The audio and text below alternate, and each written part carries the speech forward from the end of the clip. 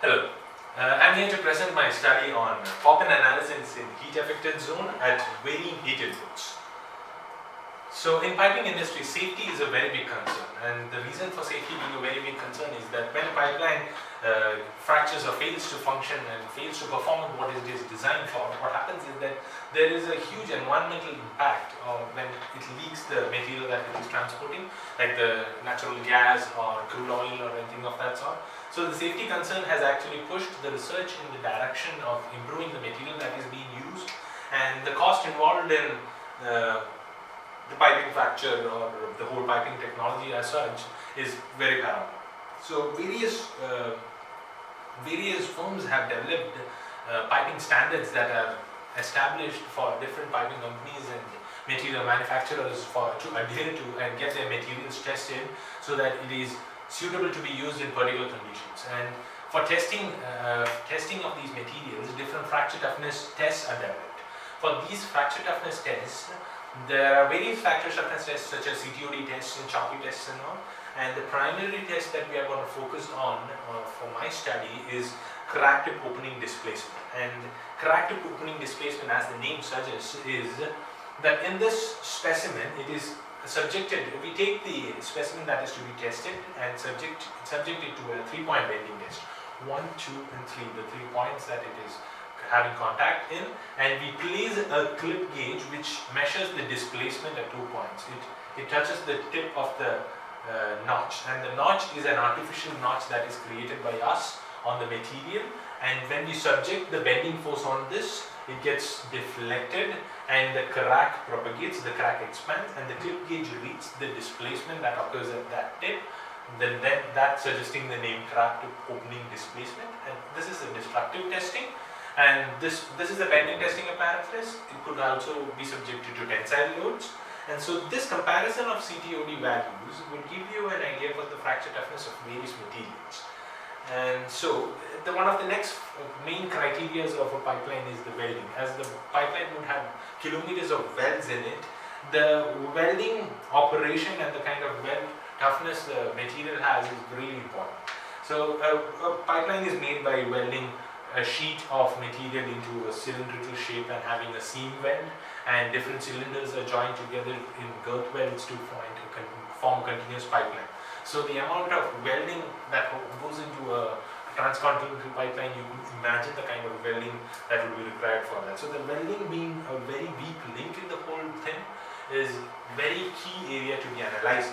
So under welding, the pipeline material, that is the base material, the primary material of the pipeline, is subjected to a high heat due to the molten material of the weld metal.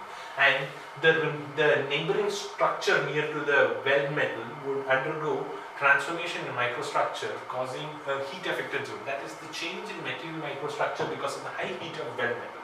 And the different zones of this heat-affected zones are like fusion zone and coarse grain zone and fine coarse grain zones. Fine grain zones. The main thing is that the coarse grain zone undergoes change that weakens the material.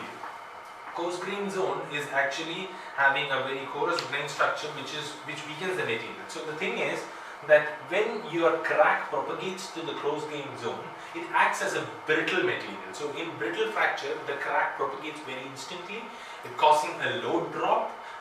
And this load drop can be seen from this CTOD plot. In CTOD, once again I'll tell you, CTOD will have the displacement of load, will have the plot of load versus displacement, and as you can see, when your crack passes through that coarse grain zone, there will be a load drop, and consecutively there will be an increase, and that would be a popping phenomenon. And popping phenomenon could occur or could not occur, and the primary thing is that it has to propagate through that coarse grain zone. So the influence or the significance of the popping has to be quantified for it to be taken into account or not to be taken into account. So the study in this region is really important.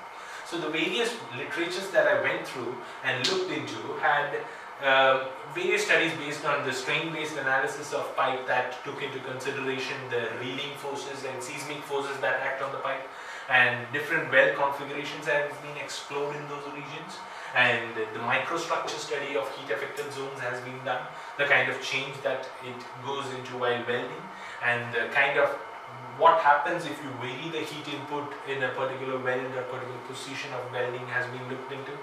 And the reproducibility of popping had to be studied for my research topic. Like, to get the get popping phenomenon to occur in the laboratory conditions, you need to align your crack in such a way that it propagates in the region of coarse grain zones to get your popping to happen and occur, so as to study it.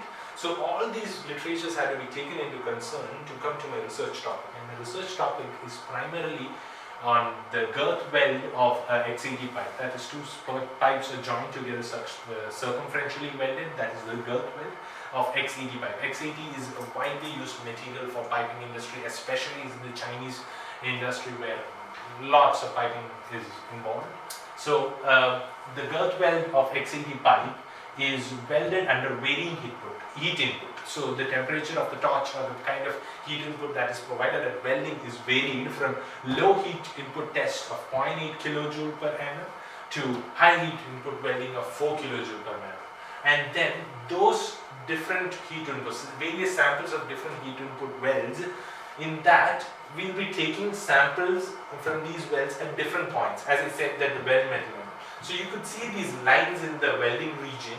So I'll be creating notches in each specimen in weld metal, in fusion zone, then in an alignment which has coarse grain region, then fusion zone, then fine grain region, so that the crack would propagate through these areas, and popping may occur and may not occur at various heat inputs. So I will take specimens for each heat input at 6 points.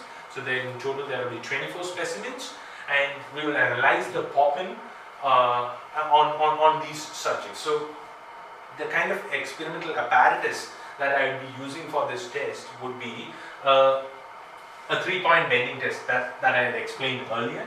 This is the load application, and the two supports and the bending, the specimen to be tested is placed in this position, and there is a small notch that is provided there. And the thing is that the dial clip, the clip gauge that I had mentioned earlier, which used for measuring the crack tip opening displacement, in this apparatus we'll be using a vision system that is shown here. What we'll do is that in the crack tip we will be providing two white markers which could be visually recognized by the vision system. So when the tip undergoes displacement or the crack expands, the movement of the white markers could be tracked to analyze the distance of the crack tip opening displacement. So this, in comparison to a physical clip gauge, it reduces the errors in the whole system. And also something different that I'm trying to do is that by having a high-speed phantom camera in this, what happens is that high-speed phantom camera can record frame at a very high frame rate of around 1 lakh frames per second. And the thing is that you could find real-time footage of crack propagating through the brittle zone. Like as the crack would propagate at different speeds in brittle zone and then in other zones. With this high speed camera you could find the physical change in the propagation. So that is what I am achieving by having a phantom camera in this. So this experimental design is actually based on a previous experiment that has already been conducted, which we are improving upon by having the equation of varying heat input for the specimen welding.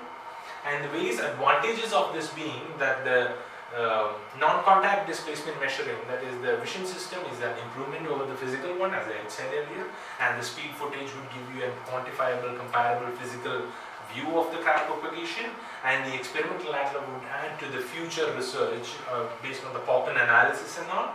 And the limitation being that the experiment is quite expensive, it has an apparatus and 24 specimens involved, the kind of data that would be coming into would be high. And also the material would be limited to the ENGG8 steel. As the material properties would change, the phenomenon could occur in a different pattern. And yeah, those are it. And if there are any questions, I will be happy to answer. Thank you.